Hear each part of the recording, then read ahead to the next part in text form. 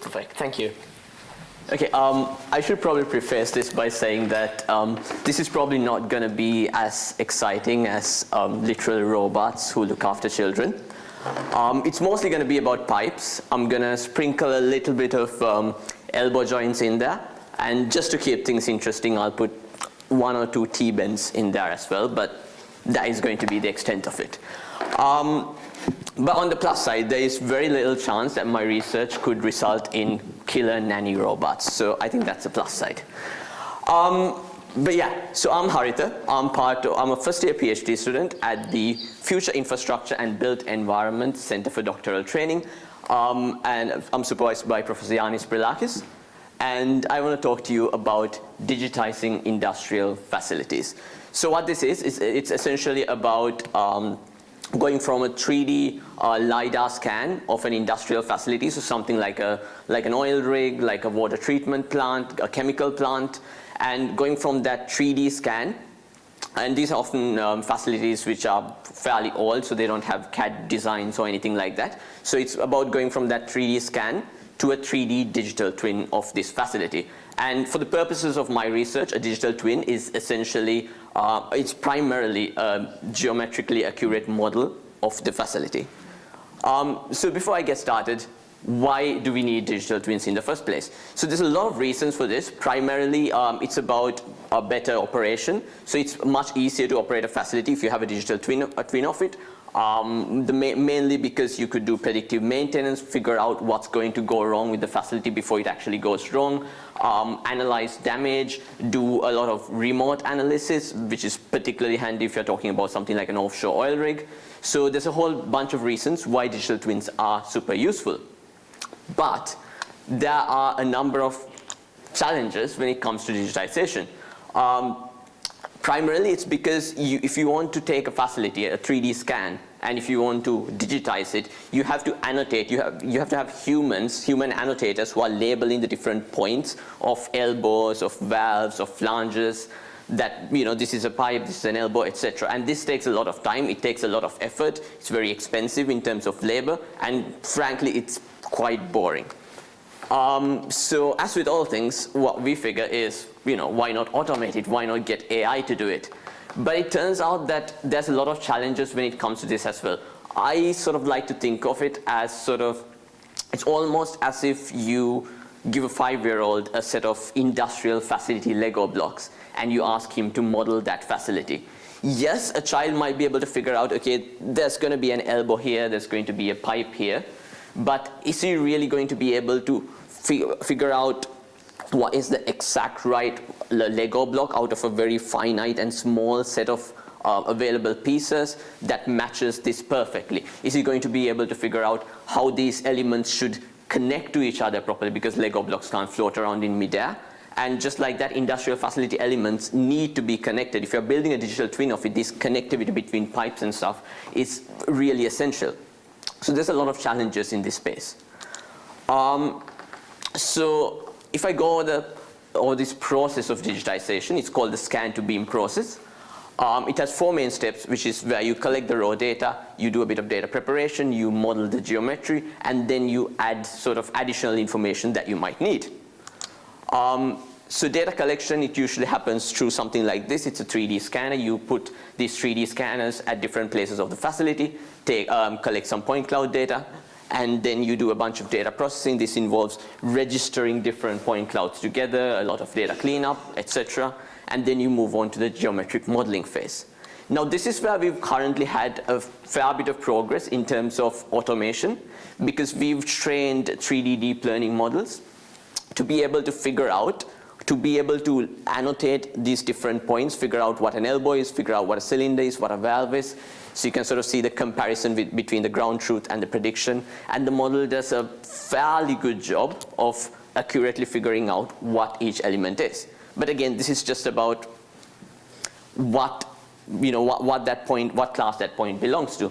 Going beyond that and trying to model this with a certain pace. Right now, what we do is essentially, we have a set library of sort of Lego blocks. We try to find whichever piece that fits the best into, say, an elbow or a flange or whichever piece you want. and we call it a day. This results in a very low level of detail when it comes to your models. So the motivation behind what I'm about to show you is, can we go from something like a Lego block to something which is more like, say, Play-Doh, where you figure out the parameters, the geometric parameters that make up each of these elements. You predict those parameters, and that way you can have a very high level of detail model of this element. There's a few methods already, such as Ransack, that does this, but it does not work for more complex geometries. This is where our parameter prediction network comes in. The general idea is fairly simple. You create a giant data set of synthetic models. You model occlusions onto these models. So essentially it's about trying to simulate a camera view, trying to figure out what the camera might miss when you have these different cameras placed everywhere, because obviously there's going to be a lot of elements that are going to be hidden behind other elements, things like that. So we call these occlusions. And then we just put it to a neural net. It's based on an architecture called PointNet++, and we predict the parameters that make up this element. And then we do a bit of optimization, and we are left with a model. So for example, if you take a look at a T, these are sort of the parameters that would make up a T-bend. And this is what it looks like, what each of those parameter accuracies look like when you predict them. And visually speaking, this is what it looks like. So in the gray, you can see the model that was predicted, and in pink, you can see the actual points. So you can see that it creates a fairly good representation of what this element needs to, the element look like in the first place. So it creates a fairly good model. This is sort of what it looks like for a bunch of different types of models. So we are doing it for some additional models, such as flanges as well. But in general, you can see that it creates a fairly good view of this element. So it looks fairly good, which I'm quite happy about. So that's sort of the geometric modeling part I wanted to talk about. The second part that I wanted to talk about is about semantic enrichment. So it's about figuring out the relationships between the objects. Like I said, how to find how things connect to each other. And specifically, I'm focusing on topological relationships. So those are just physical connections between objects, because that's the easiest one. This is how it's done right now. It's fairly old-fashioned and algorithmic. You project the center line of the object that you're trying to model the connectivity between. You check how well those center lines overlap with each other. You check whether they are coplanar. You check the angles between them. And you do a bunch of these algorithmic methods and figure out whether they are connected. Now, this works well in a fairly limited number of smaller data sets, but when you move into more complex industrial facilities, when you're trying to move into a newer domain, none of this is transferable, because obviously there are hand-coded rules. So again, the intuition is, can we figure out a way to make AI to do it, ideally? Before I explain that, I want to talk a little bit about graphs. So graphs are essentially, in computer science at least, graphs are essentially nodes connected by edges. So you've got a node here, a node here, a node here. And these nodes can be represented by different attributes, and they are connected to each other by different edges. So what I'm trying to explain here sort of is the question of, how does Facebook know? How does Facebook have this eerie way of predicting a new friend suggestion to you? Like, for example, you might be just thinking about some friend, and you log on to Facebook, someone you met like a long time ago, you log on to Facebook, and his face is right on the top of your Facebook friend suggestions, right? So how that works in real life is Facebook will model all of your friends as a graph. It will model friendships. It will model all of the attributes, the things you like, the music you like, the places you've been to, all of these attributes, and it will do something called link prediction. It will use a graph neural network, which is essentially just a neural network that is designed to run on graphs, to figure out if there is an additional link that can be predicted between two of these elements. This is, by the way, a friend network of Lego Friends characters that I made. If you pay a lot of attention to it, you can sort of see the characters there.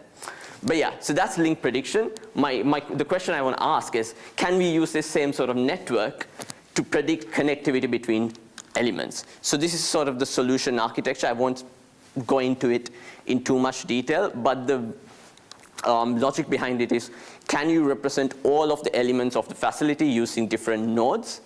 And can you model the connectivity between them as edges? This is the data set we use. This is a design file data set from BP. By using this, I can automatically extract the connectivity of these different elements, which means I don't have to manually annotate relationships between elements, which is a big win for me.